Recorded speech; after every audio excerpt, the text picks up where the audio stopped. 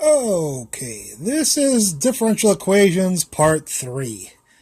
Sorry, I had to split up part 2 into two parts, so there are actually two part 2 videos, and this is part 3.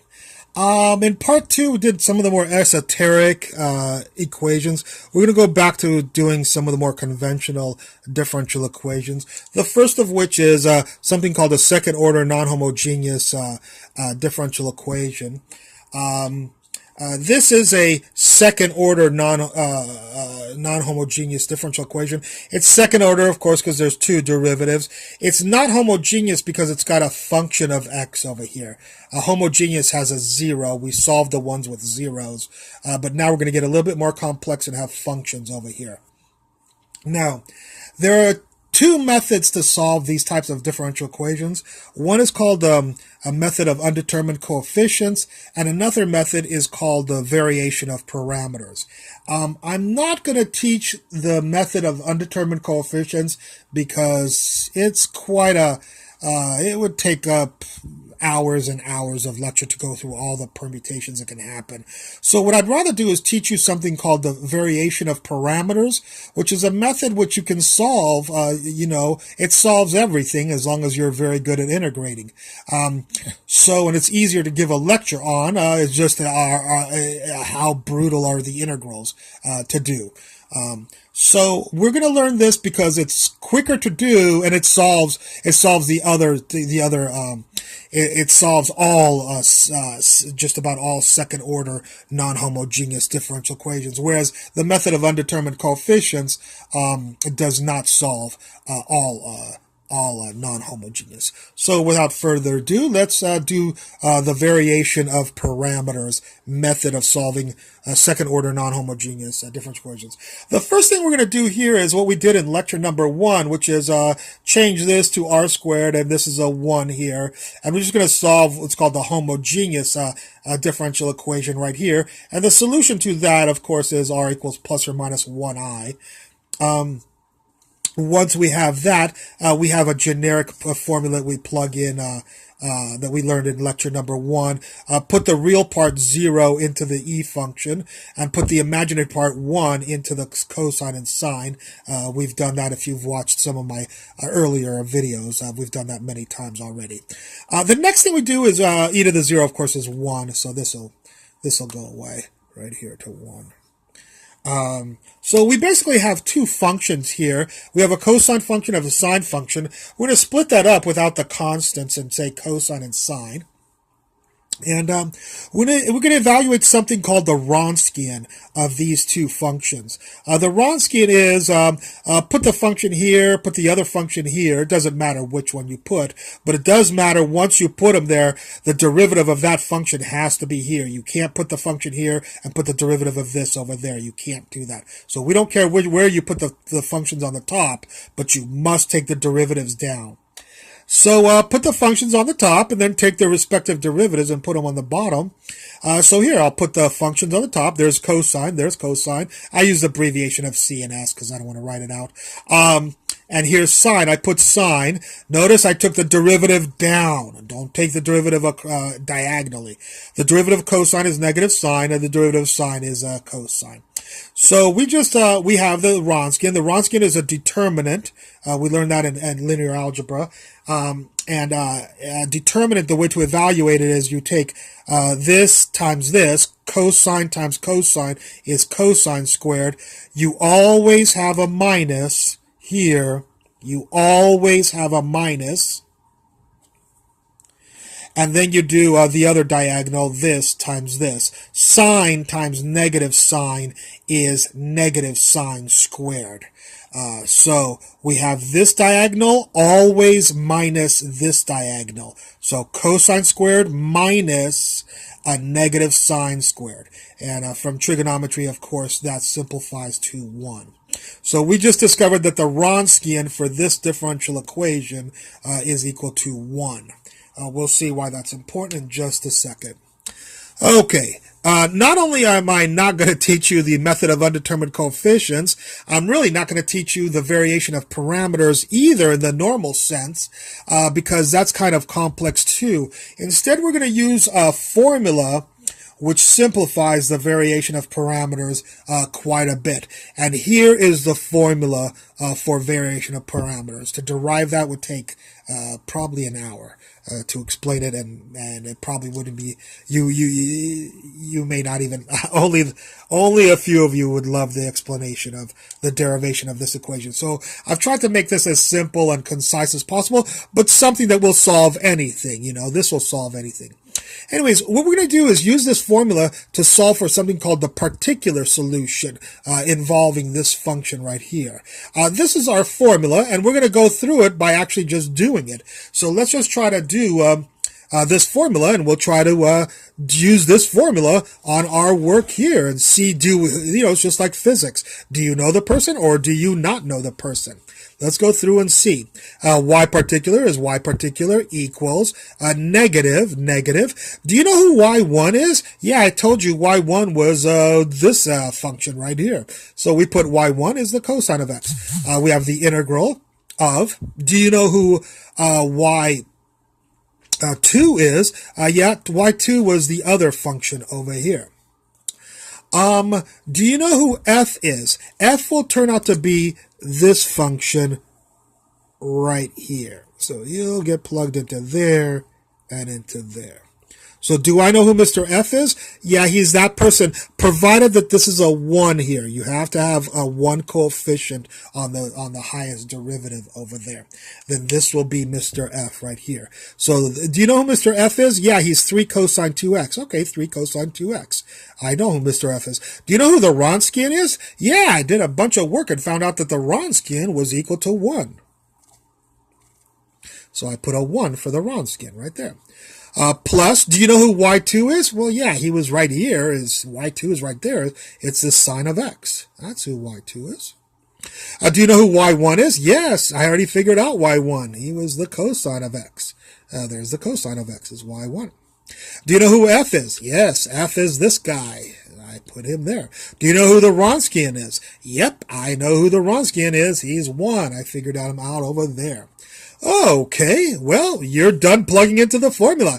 Here is your y particular. Are you strong enough to do these integrals? Now, the other thing I'm not going to do is I'm not here to teach you, I'm here to teach you differential equations, not integrals. So I'm sorry that I will make a lecture on, I'll be doing calculus later on in my life.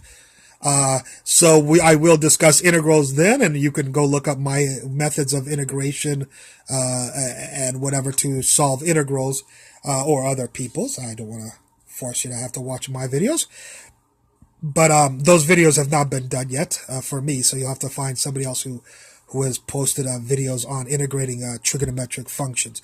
So I'm just going to cut to the chase, and the integrals here turn out to be, once you do the integrals and you do a lot of simplification, all of this stuff will become negative cosine of 2x. I know it's sad. Probably an hour worth, a half hour worth of integration comes out to be this simple little tiger. So, who is y particular? It's this. Why do we care about y particular? Well, because our general solution, the solution to this problem, is not the homogeneous solution, and it's not the particular solution. It's the sum of the two solutions. So the general solution is the homogeneous plus the particular. So do you know the homogeneous solution? Yeah, I know the homogeneous solution. It's a cosine of 1x, b sine of 1x. Oops, made a mistake. Good thing we catch it, huh? Plus, here's our plus. Do you know who your particular solution is? Yep, I went through all this to find my particular. It's negative cosine 2x. So we've got the homogeneous plus the particular. So this right here turns out to be the solution to this differential equation right there. Okie dokie. Okay, the next lecture, again, we're trying one of each type of problems. We're going to try solving a differential equation using Laplace transforms. Let's see how we do that. Here's a differential equation. This differential equation has to come with, whenever you use Laplace transforms, you have to have initial conditions. So the book or the teacher has to give you initial conditions with a differential equation he wants you to solve with Laplace transforms. What we're going to do is transform this with Laplace transforms. What that means is we'll have to take the Laplace of this side and then the Laplace of this side of the equation. So let's take the Laplace of this side of the equation. The first thing we'll do is we'll take Laplace and attack the second derivative. What is the Laplace of two derivatives? We can look that up in a table of transforms. If you have the second derivative and you want the Laplace, it's this big guy right here. I'm just going to write him out. It's always the Laplace of the second derivative is s squared Laplace minus s y sub 0 minus y prime sub 0. The Laplace then will have to attack the second island, -6. It's a linear operator, so the constants are just multiplied. So we don't take the Laplace of -6 and the Laplace of y prime. We just take the Laplace of y prime. What's the Laplace of y prime? In a table of transforms, the Laplace of y prime is this guy right here. And so I'll show you right here. The Laplace of y prime is s Laplace minus y sub 0. Plus the 9 gets to stay, and the Laplace of y, I didn't write it out here because the Laplace of y, I'll write it right here. If you have y, then the Laplace is simply the Laplace. Okay. Try to make our table complete. We have y. The Laplace of y is Laplace. The Laplace of y prime is this. And the Laplace of the second derivative is this. Okay. Now we need to take the Laplace of this function right here. We also looked that up in a table of integral, Laplace transforms. And this function right here is sitting right there. He's sitting right here. And Laplace of this is equal to this. So when I took the Laplace of this, I got this. Now there was a 2 here, so that 2 is just hanging out right there. But the Laplace of this is basically I will circle it, is this.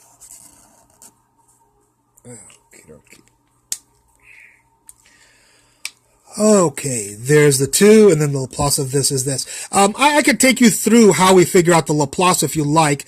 Notice here it says n minus t to the n minus 1. Here it says t to the 2. Well, that means that n is equal to 3, because 3 minus 1 is 3 minus 1 is 2. So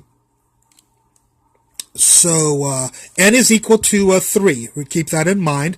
Here's e to the 3t, e to the at, and unfortunately I made that the same number also. Should have probably switched that up a little bit, but that's okay. But a is equal to 3 also. So not only is n 3, but a is 3. That doesn't always happen, but it was just seemed to be a fluke here. So we'll remember that n equals 3 and a equals 3. Well, if n equals 3 and a equals 3, the transform is s minus a 3 to the n 3. So both of those are 3. And again, sometimes it'll be 5 and 7 or 22 and 3. If this was 11 up there, then this would have been an 11 inside. But if this was squared, it still would have been a 3 here. So it just luckily worked out to both be 3. So, what have we done here? We've had a differential equation. We took the Laplace transform of it using a Laplace table. If you don't want to use a Laplace table, you have to do very complex integrals to figure out the Laplace transforms, and that can make problems like this grow by exponentially into hours. So we're teaching you just how to use tables of Laplace transforms rather than deriving them from the integrals of the Laplace transforms. So we've transformed this differential equation and the initial conditions into this equation right here. And we're going to do a little bit of algebra and get this. I'm not going to go through the algebra there. And we're going to do more algebra and do this. So this is algebra here, and this is algebra here. Just algebra. And guess what? This is algebra too. So that's the neat thing about Laplace transforms is you change doing differential equations using integrals or complex methods into just doing algebra. Okay, and actually, I did one more step. There was 4 steps of algebra because this was algebra 2. Because basically what we want to do is, starting from here, is we need you to solve for L right here. You know, L is all through this differential equation. So whatever algebra you have to do, you need to get L on one side and everybody else on the other side. And I've simplified quite a bit. So once you do that, you have L equals all of this stuff right here. Once you've solved for L and you get these looking nice, so they look like the people in the table, you can do something called, well, originally we took the Laplace transform of both sides. Now we will be taking the inverse Laplace transform of both sides because we have to undo what we did here. So what is the inverse Laplace transform of L? Well, if you have L, then the inverse Laplace transform of course goes the other way. Whereas before, when you changed this, we went from here to here. Now we're going to be taking the inverse. When you go from here to here, you take the Laplace of this equals this. But when we go to do inverse Laplace transforms, the inverse Laplace transform of this is equal to this. So the inverse Laplace transform of L is equal to Y. So these people become Mr. Y. What is the inverse Laplace transform of this right here? Well, the 2 hung out, and 1s minus 3, let's go find them in our table. Hey, there's 1s minus a, so I guess 3 is a, and the inverse Laplace transform is this guy. He will be e to the a. Who's a? A is 3, 3t. So the inverse Laplace transform of 1 over s minus 3, according to this formula, is this person, e to the 3t. That's the inverse Laplace transform of that. You're changing s functions into t functions, whereas before we took t functions and made them into s functions, like that. Okay, we have to take the inverse Laplace transform of everybody over here. There's one more person, and that's this guy over here. So the 2 will just hang out. He'll just stay right there because we have a Laplace as a linear operator. And we need to do the inverse Laplace transform of 1 over s minus 3 to the 5. That's not this guy. That's this guy. That's s minus somebody to the power 5. This has no power. So we don't use this formula. We use this formula. And who is Mr. A? Mr. A is 3. Okay. And who's Mr. N? I think Mr. N, the thing there, is Mr. 5. So we'll remember that A equals 3 and N equals 5 when we do the transform from here to here. So here we go. What is the inverse Laplace transform of this? It's this function. It's t, there's the t, to the n is 5. 5 minus 1 is 4. And then you have e to the a, who is a. We said a was 3, so we have e to the 3t. And then we'll have n, who is 5. 5 minus 1, 4 factorial on the bottom. So this person, this just became this person right here by using this table right here, and the 2 just stayed there, right there. Who is this person right here? Well, he's y. There's no derivatives in here, so he's the solution to this differential equation that somebody had, the initial conditions that somebody gave us right there. So there's our solution to that using Laplace transforms. Alrighty. And I think we'll stop here. And yeah.